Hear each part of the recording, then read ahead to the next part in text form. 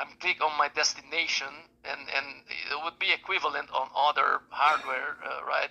You need to put whatever destination you have. So if you're flying within gliding range, you have your target at fault line flyers, and then you're gonna tell you wherever far away you are, how high you're gonna get there, and what's the distance you are from that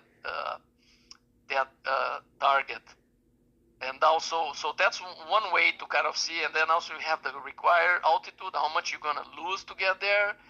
And also another way that I kind of compare is like my required LD and the current LD. Usually when my required LD gets above 15 to 1, then it's kind of time to kind of maybe come back. And then also another thing here that I really appreciate that is the thermal assistant. I use this a lot. I think this I call like a game changer. Now we are able to see the thermals. Before we only got fuel, and here now we actually see the thermals. So I think this, especially in windy days, you can see where, and try to centralize in the thermal where the red part is, where it's going up more, and you can maybe shift a little bit more towards the red portion of it, and adjusting as you climb. Vince, can I jump in and say a quick word? Sure, go ahead. First, I wouldn't necessarily trust the final glide for really long distances because, one, the environmental conditions between the field and you could be all sync, right?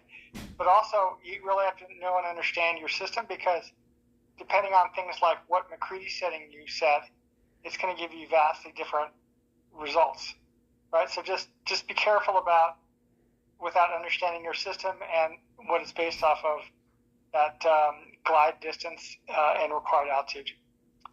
Yeah, I agree. Usually I set up I never leave at 0. I have my default McCready set to 4, so I can maybe reduce a little bit or keep it like that. So that gives them a little bit more of room. If you put to 0, it might distort a little bit, as you mentioned it. And also, I agree, as you are closer, it's gonna be easier to get back. And as you're kind of like 20 miles away, then that might fluctuate more.